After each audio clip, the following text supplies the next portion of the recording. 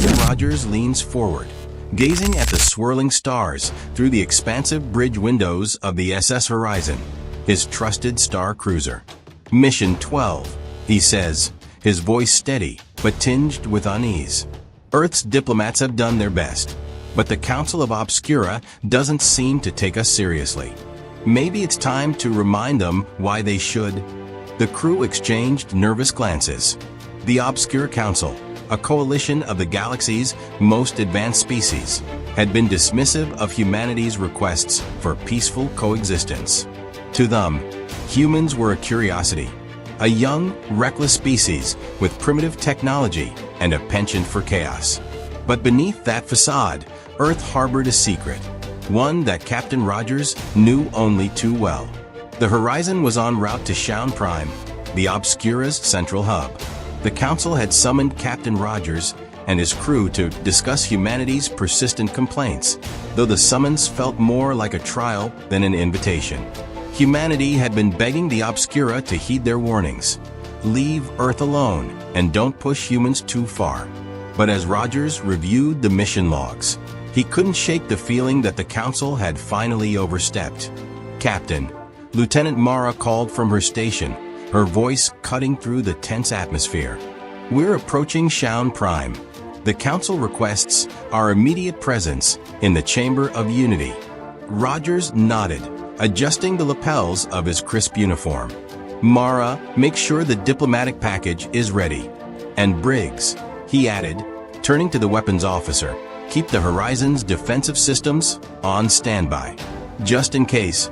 The massive, crystalline city of Shaun Prime came into view, glowing like a beacon against the void. As the Horizon docked, Rogers couldn't help but recall the centuries of Earth's history, the wars, the betrayals, and the sacrifices. Humanity's resilience was born from struggle, and though they craved peace, Rogers knew they were uniquely prepared for war. In the Chamber of Unity, the Obscura Council was as imposing as ever. Towering figures of light, shadow, and alien biologies loomed over Rogers and his crew. The chamber's walls shimmered with energy, and an otherworldly hum filled the air. "Captain Rogers of Earth," boomed a voice, resonating with authority. "You are here to explain your species' incessant warnings. Why should the Obscura heed a primitive species that barely understands the cosmos?" Rogers straightened, his tone calm but firm. "Because humanity's history has taught us what happens when we're underestimated. We've extended every courtesy, every diplomatic gesture, to avoid conflict. But if you push us too far," he paused, his gaze piercing, "you won't like what happens." The Council erupted in laughter, a deep, resonant sound that filled the chamber. Rogers' crew bristled, but he raised a hand, silencing them. "We shall see, Captain," the voice mocked. "Humans are nothing but ants before the Obscura. What could you possibly do?"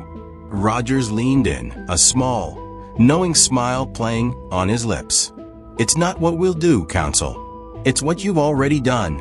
The SS Horizon glided through the void, its sleek silver hull reflecting the light of distant stars.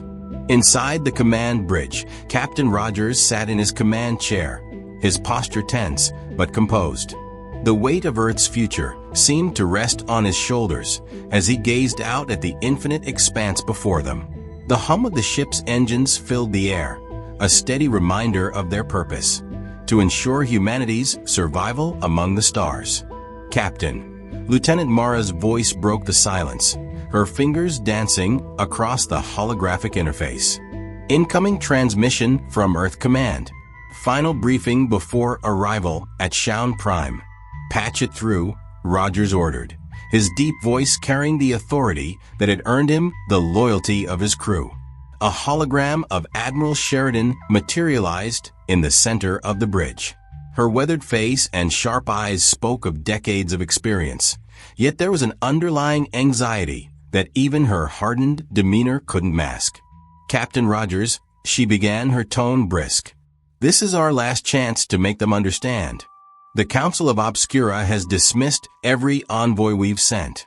If they ignore you, our options will be limited." Rogers gave a curt nod. Understood, Admiral. I'll make sure they hear us. Good. Remember, Rogers, they think we're weak. Make them see we're anything but. Earth command out. The hologram flickered and disappeared, leaving an uneasy quiet on the bridge. Rogers turned to his crew, each of them a hand-picked expert in their field. Lieutenant Mara, the tactical genius. Commander Briggs, the weapons specialist with nerves of steel. Dr. Elena Voss, the ship's xenobiologist, who had spent years studying the Obscura species. And finally, Ensign Kale, the youngest member of the team, brimming with curiosity and a touch of naivety. We've been called ants before, Briggs grumbled, his hands resting on the console. Funny how they keep forgetting what ants can do when you mess with their nest. Mara smirked. Yeah, but these ants have nukes. Rogers raised a hand, silencing the banter. Stay focused. This isn't just about us, it's about Earth. The Obscura Council thinks they've seen everything we have to offer. They're wrong. As the SS Horizon approached Shaun Prime, the crew was treated to a sight that no human had ever witnessed so closely before. The planet was a breathtaking marvel, its surface a mosaic of crystalline cities and lush, bioluminescent forests. Orbiting rings of shimmering energy encased the planet, glowing faintly like a protective cocoon. Shaun Prime wasn't just a planet, it was a statement of the Obscura's dominance. Docking protocols initiated, Mara announced, her voice steady. We've got clearance to land at the Chamber of Unity. Captain, are you sure about this? Do we have a choice? Rogers replied, his tone grim. We either make them understand or Earth faces the consequences. As the horizon descended, the ship's sensors picked up faint traces of weapon signatures embedded in the planetary rings. It was a subtle warning. The Obscura were watching, ready to obliterate any threat. Rogers filed the information away, keeping his expression neutral. If the Council thought they could intimidate humanity, they were sorely mistaken. Once docked, the crew prepared to disembark. Rogers adjusted his uniform, his movements deliberate. The emblem of Earth, a stylized globe encircled by olive branches, was displayed proudly on his chest. It was a reminder of what they were fighting for. Dr. Voss, you're with me, Rogers said, selecting the xenobiologist for her insight into the Obscura's psychology. Mara, Briggs, Kale, you're on standby. If anything goes wrong, you know what to do. Yes, sir, they responded in unison. The ramp lowered, and Rogers stepped onto the gleaming platform, flanked by Voss. The air was thick with a faintly metallic scent, and the gravity was slightly lighter than Earth's, giving every movement a surreal quality. The Chamber of Unity loomed ahead, a massive structure that seemed to defy physics. Its walls shimmered with shifting colors, as though the building itself were alive. Inside, the Obscura Council awaited. They were an eclectic mix of species, each more alien than the last. One figure was composed entirely of light, its form pulsating in rhythm with an unseen force. Another was a towering creature of crystalline limbs, its eyes glowing with an inner fire. A third was a mass of shifting shadows, its voice a low, resonant hum.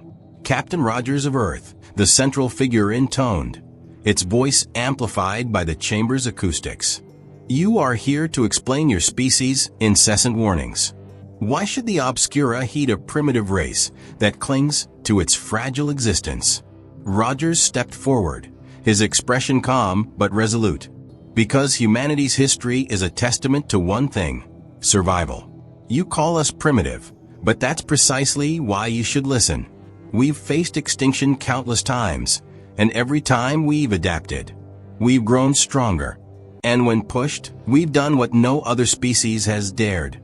The Council murmured among themselves, their voices a cacophony of alien languages. One of them, the crystalline figure, leaned forward. Are you threatening us, Captain? Rogers shook his head. No. I'm warning you. Humanity wants peace, we always have. But if you continue to dismiss us, if you force our hand, you'll learn why Earth has spent centuries perfecting the art of war. And trust me, you don't want to see what happens when we're mad. The council erupted into laughter, a sound that echoed through the chamber like thunder. Rogers stood his ground, his gaze unwavering. "You amuse us, Captain," the shadowy figure said, its voice dripping with condescension. "Humans are but ants before the Obscura. What could you possibly do to harm us?" Rogers allowed a small smile to creep onto his face. "It's not what we'll do, Council. It's what you've already done." The stars stretched endlessly, glittering like shards of glass against the inky black of space. The SS Horizon cruised silently through the vast emptiness, its hull gleaming under the light of a distant nebula. Captain Rogers sat at his command station, a steaming mug of coffee in one hand and a data tablet in the other. The ship's logs flickered on the screen, detailing reports of recent skirmishes near the borders of the Orion cluster. "Captain," Lieutenant Mara called from her station, her voice sharp with urgency. "We've picked up a distress signal. Origin. The Cygna Nexus, coordinates attached. It's marked as priority red." Rogers frowned, setting his mug down. "Cygna Nexus? That's a neutral zone, protected under the Accord of Sovereignty. No one's supposed to touch it. Who sent the signal?" "Unclear," Mara replied, her fingers tapping rapidly on the console. "It's encrypted, but the signature is human. It's one of ours, Captain." That got everyone's attention.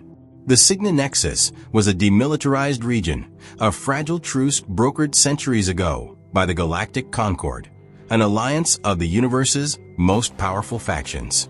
No human had a reason to be there, at least not officially. "Briggs," Rogers called to his weapons officer, who had been monitoring the tactical systems. "Status on our defensive systems?" "Online and ready, sir," Briggs replied, his voice steady. "But if we're heading into the Nexus, we'll be outnumbered. Concord patrols are everywhere." Rogers stood, his eyes narrowing as he studied the star map projected above the bridge. The Cygna Nexus was more than a neutral zone. It was a symbol of fragile peace. If a human distress signal was emanating from within its borders, it could only mean one thing. Someone had broken the accord. "Set a course," Rogers ordered, his voice firm. "Best speed. And, Mara, start decoding that signal. I want to know exactly who's calling for help." "Aye, Captain," she replied, her fingers flying over the console. As the Horizon surged forward, Rogers addressed the crew.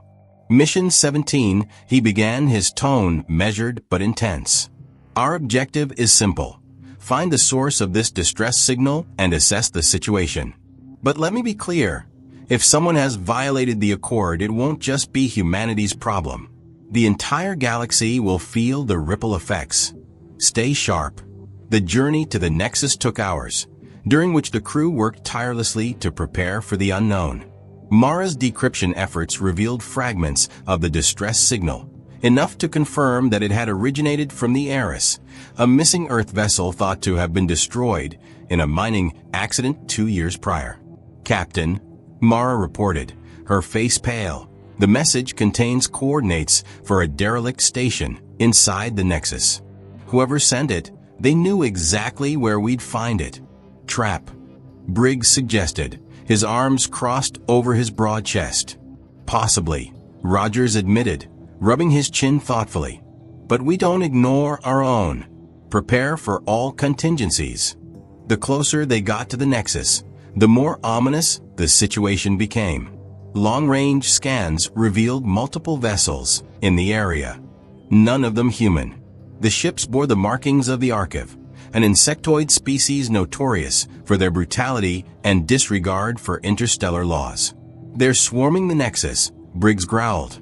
"If the Arkiv are involved, this isn't just a rescue mission anymore." Rogers nodded, his jaw tightening. The Arkiv were one of the few species that openly defied the Galactic Concord, operating on the fringes of legality. Their presence in the Nexus was a blatant violation of the Accord, and a direct challenge to humanity's place in the galaxy. The Horizon approached the derelict station under cloak, its advanced stealth systems masking its presence. The station itself was a hulking mass of metal, scarred and blackened by time and battles long forgotten. Faint energy signatures pulsed within, suggesting life, or something close to it. Docking procedures initiated, Mara announced, her voice tense. Station's life support is barely functional, but it's holding. No signs of immediate hostiles inside. Rogers strapped on his EVA suit, gesturing for Briggs and Dr. Voss to do the same. Mara, you're in command until we return. Keep the horizon ready to jump at a moment's notice. Aye, Captain, she replied, her eyes betraying her concern. Be careful out there. The airlock hissed open, and Rogers led the away team onto the station. The atmosphere was stale and heavy, the corridors dimly lit by flickering emergency lights. The walls were etched with strange symbols, neither human nor Arkiv in origin. Captain, Voss whispered, her voice barely audible over the hum of their suits. These markings, they're ancient. Pre-Concord, maybe even pre-Obscura. Noted, Rogers replied, his eyes scanning for movement. But let's stay focused. The signal came from here. Whoever sent it might still be alive. As they ventured deeper into the station, they found signs of a battle, scorch marks, shattered consoles, and the occasional alien corpse. The Arkiv had been here, but something had fought back. Something powerful. Finally, they reached the station's control room. In the center of the room, slumped over a console, was a figure in a torn EVA suit. Rogers approached cautiously, his weapon at the ready. The figure stirred, raising a weak hand. Captain Rogers? Rogers froze. The voice was faint but unmistakably human. Identify yourself, he demanded, his tone sharp. Commander Elias Carter, the figure rasped. Former captain of the Eris. I sent the signal. They're coming for Earth. The SS Horizon cut through the fabric of space like a silent predator, its polished hull reflecting the eerie glow of the surrounding nebula. The vastness of the Orion cluster stretched before them, a tapestry of brilliant stars and swirling cosmic dust. Within the ship, a sense of foreboding had settled over the crew, thick as the vacuum outside. Captain Rogers, seated at the command chair, stared intently at the glowing star map projected in front of him. Mission 17, Rogers murmured, his voice breaking the heavy silence. We've faced uncharted worlds, hostile species, and battles we were never supposed to win. But this is different. He gestured to the map, highlighting a single pulsating bit, the distress signal originating from the Cygna Nexus. This could change everything. The Nexus was more than a neutral zone. It was a graveyard of ancient conflicts, a place where treaties had been signed in blood and entire civilizations had disappeared without explanation. For centuries, the Galactic Concord had enforced strict prohibitions against exploration or settlement within its borders.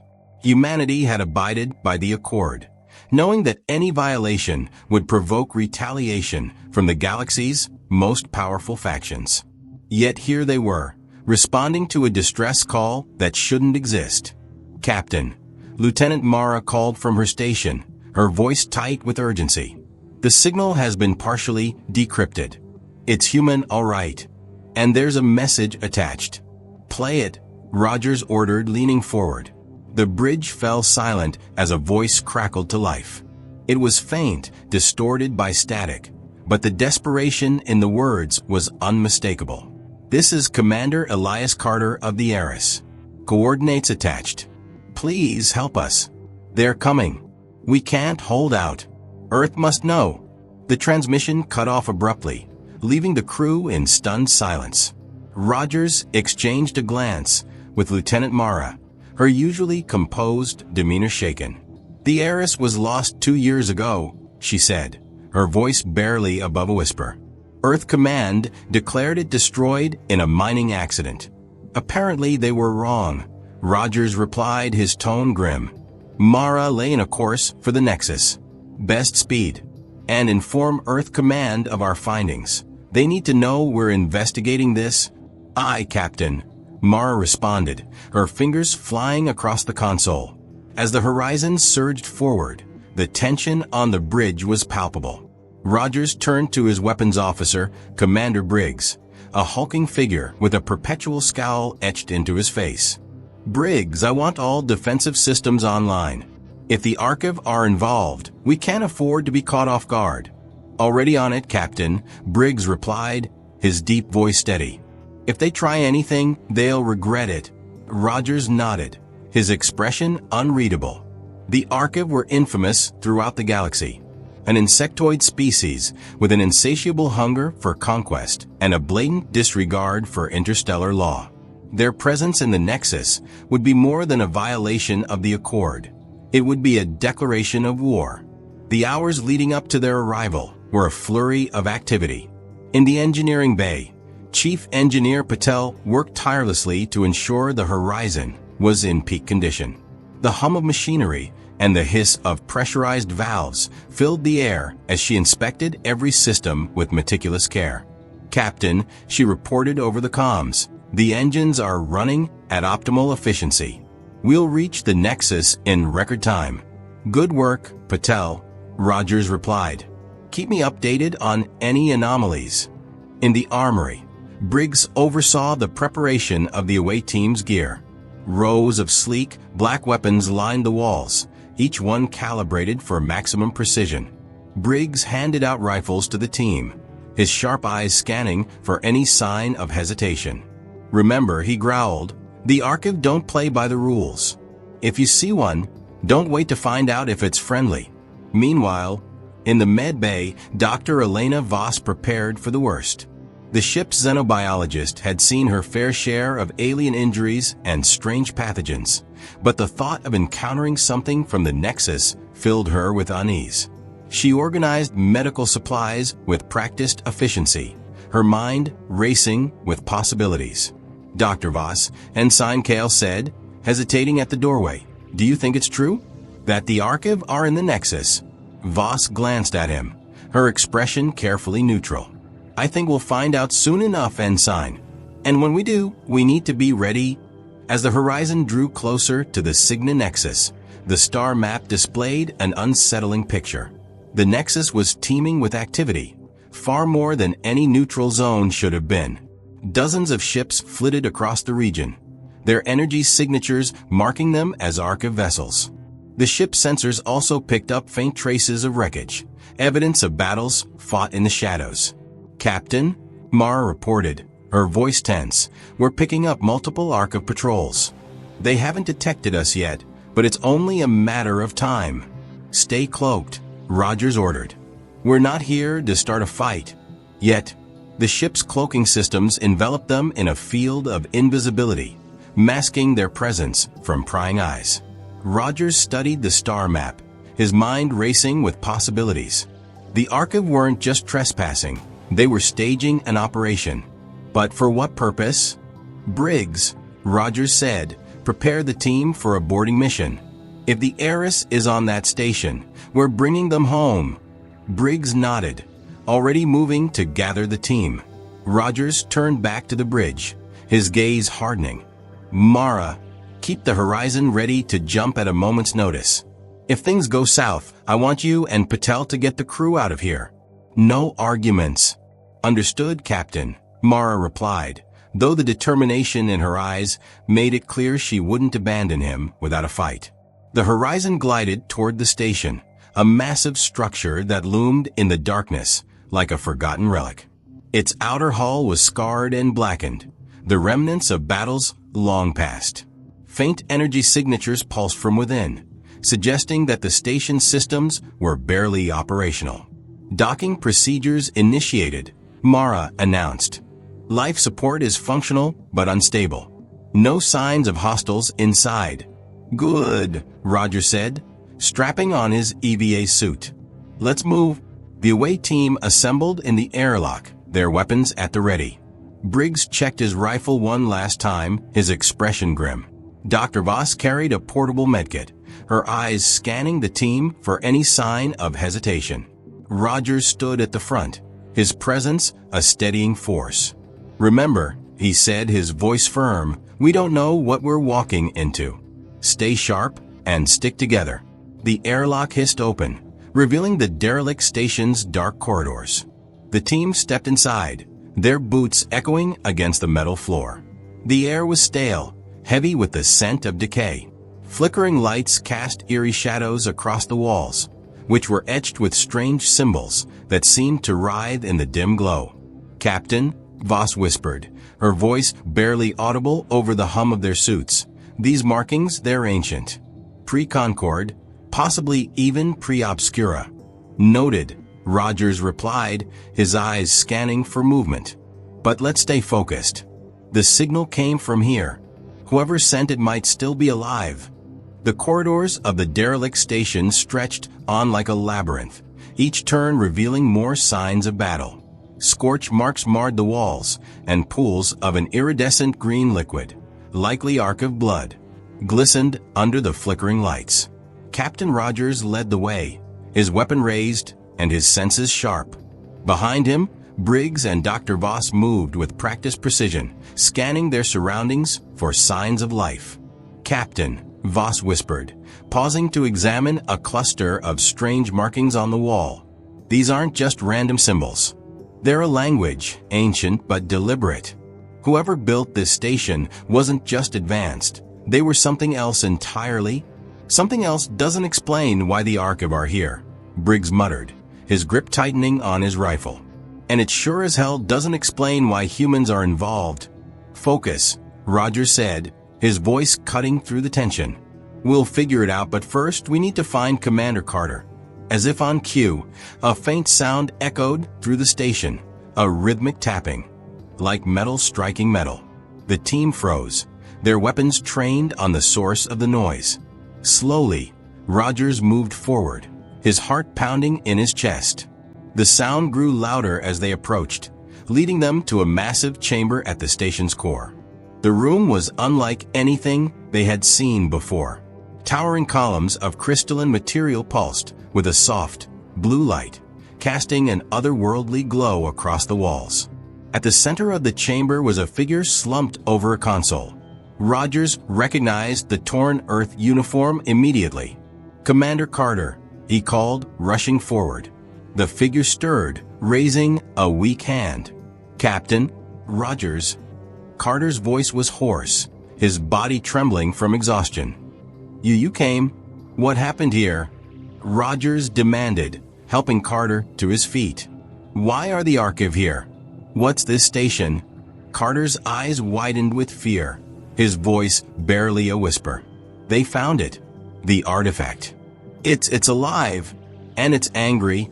Before Rogers could respond, the station trembled violently, the lights flickering in time with the pulses from the crystalline columns.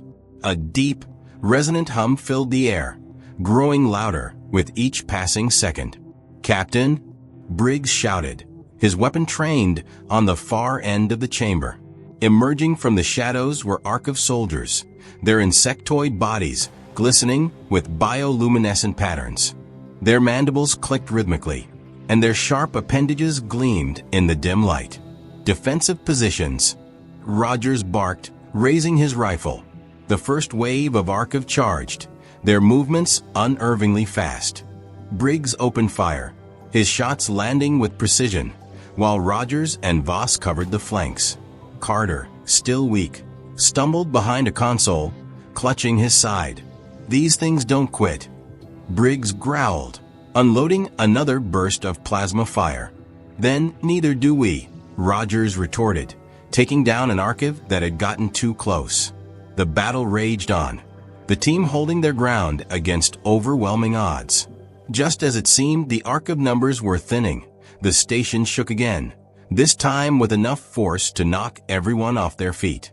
The hum from the crystalline columns reached a deafening pitch, and a blinding light filled the chamber. When the light subsided, the Arkiv were gone. In their place stood a figure of pure energy, its form shifting and unstable. Its voice echoed in their minds, bypassing the need for sound. "You dare awaken me?" The team stood frozen, their weapons raised, but useless against the entity.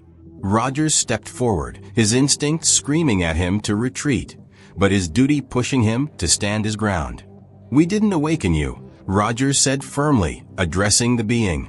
"We came to stop those who did. If you want someone to blame, blame the Arkiv."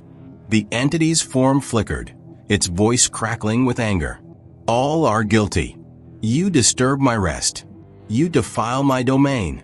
Now you will pay the price." The station trembled again, the crystalline columns emitting beams of energy that tore through the walls.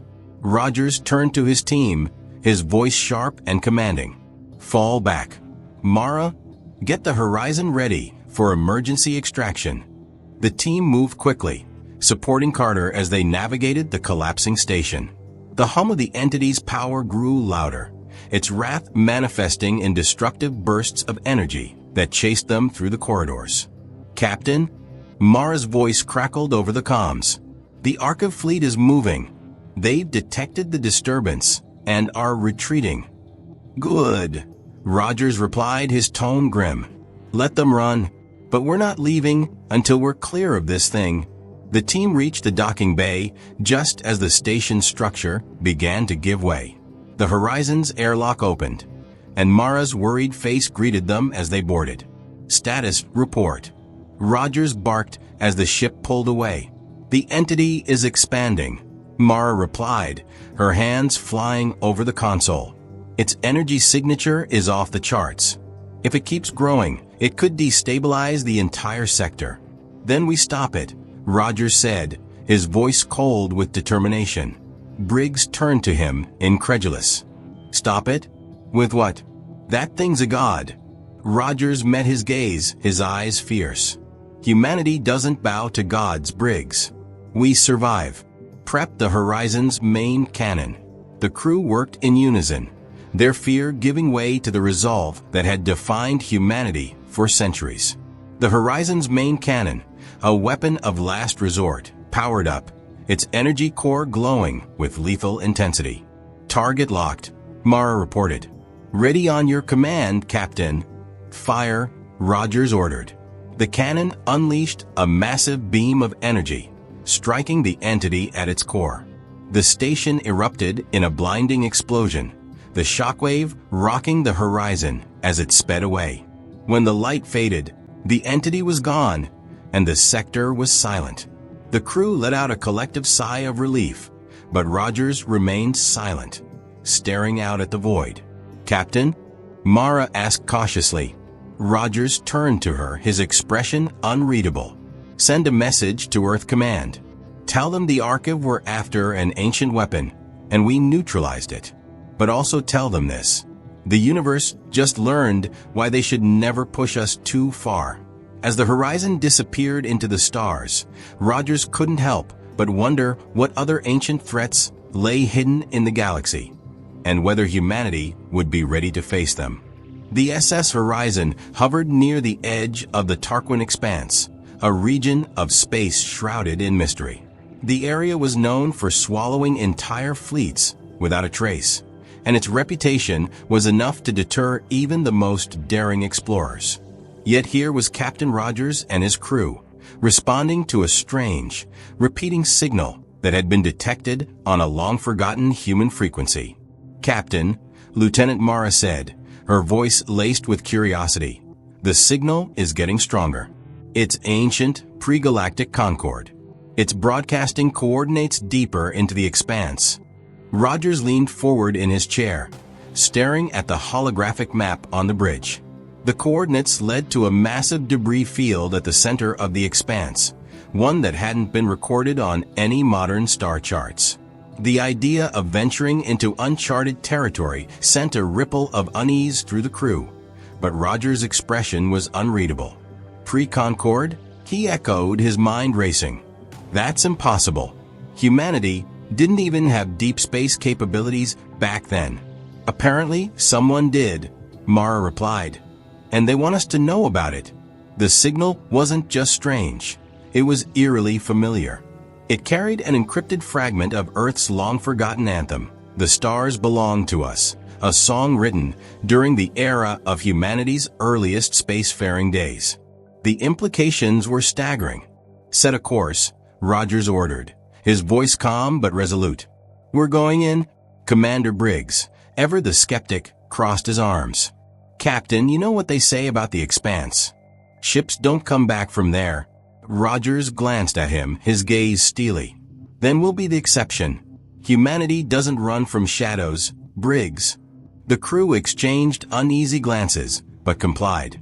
The horizon surged forward, its engines humming with quiet determination as it entered the expanse. Outside the ship, the stars seemed to dim, swallowed by the inky blackness that defined this cursed region. As they approached the coordinates, the debris field came into view. It was vast, stretching as far as the eye could see. Broken ships, some of human design and others alien, drifted aimlessly in the void. The sight was haunting, a silent testament to an ancient conflict that had been erased from history. "Captain," Mara said, her voice barely above a whisper, "we're picking up faint life signs." "Life signs?" Rogers repeated, frowning. "In a graveyard like this?" "Confirmed," she replied. "They're coming from there." She pointed to a massive structure at the heart of the debris field, a colossal station that dwarfed even the largest Earth star bases.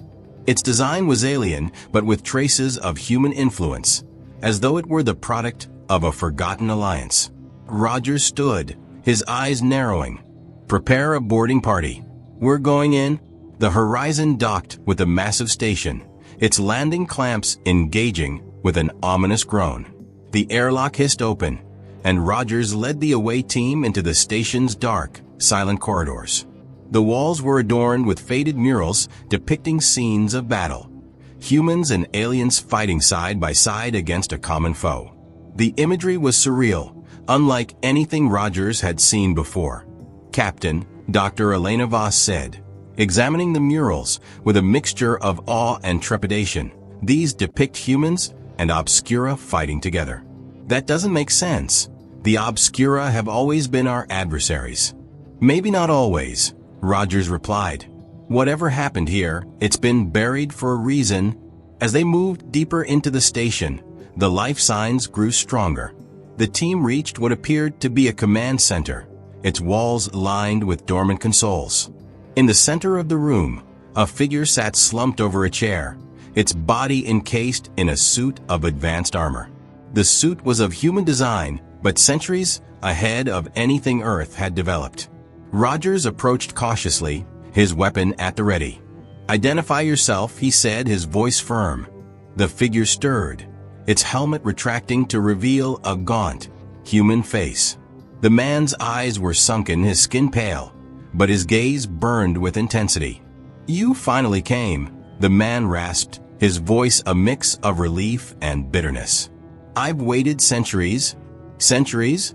Voss repeated, her voice filled with disbelief. "That's impossible." "Not here," the man replied. "Time works differently in the expanse. My name is Admiral Elias Kane. I was the commander of this station, the Aegis. We were humanity's last hope in the war against the Scourge." "Scourge?" Rogers asked, his brow furrowing. "I've never heard of them." "You wouldn't have," Kane said bitterly. "The Concord erased all records of them after the war. They didn't want anyone to know how close we came to extinction." Kane explained that the Scourge were a race of parasitic entities that consumed entire civilizations. Humanity had discovered them during its early spacefaring days and, with the help of an unlikely alliance with the Obscura, had fought a desperate war to contain them. The Aegis was the last line of defense, a station designed to seal the Scourge within the expanse. "But we failed," Kane admitted, his voice heavy with regret. "The Scourge are waking up, and if they get out, they'll devour everything." The station trembled as alarms blared to life. Kane's expression darkened. "They've found us. The Scourge are coming." Outside the station, dark shapes began to emerge from the shadows. They were grotesque, amorphous beings that seemed to warp the very fabric of reality around them. The horizon sensors lit up with warnings as the Scourge swarmed toward the ship. Briggs, get back to the horizon and prepare for combat.